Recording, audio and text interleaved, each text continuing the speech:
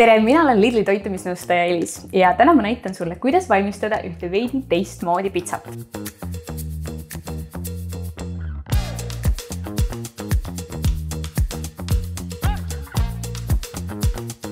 Ja selle imemaitsva pitsa valmistamiseks on vaja kodujuustu, viiluse kodujuustu näiteks, muna, jahu ja erinevaid itaaliapäraseid ürte. Sellest sa saad juba pitsa põhja valmis. Aga mis sinna pitsa peale panna, see on küll juba täiesti fantaasia küsimus. Minul läheb sinna paprika, brokkoli, muidugi tomatipasta ja mozzarella. See on üks minu enda lemmiktoode, mida siis Lidlist leida on.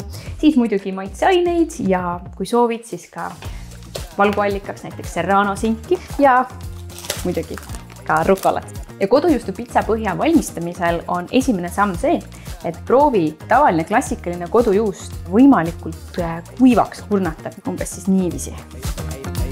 Nüüd võta see kodujuust ja pane eraldi kaussi. Võta 2 muna ja löö siia kodujuustu peale. Ja siis tuleb siia lisada ka jahu. Võta sellist 2 suurt supilusikatäit. Nüüd lisan siia maitseks siis kuivatatud basiilikut veidikene. Siis muidugi soola ja pane natukene pipart ka.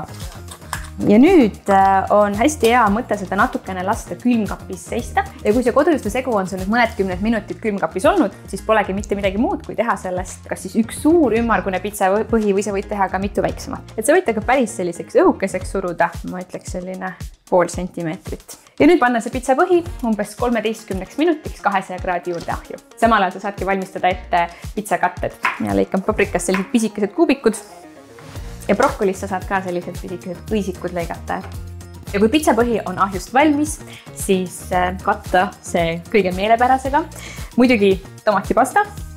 Pane seda siia natukene niiviisi.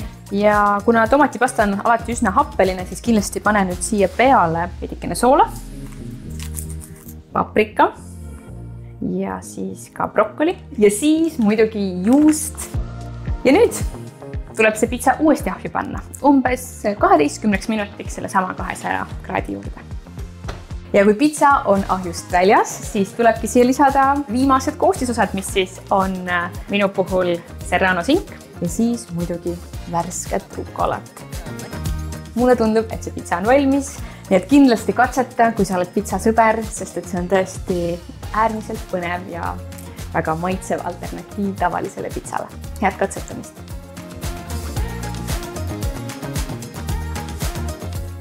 Väga maitsev. Tõesti hea.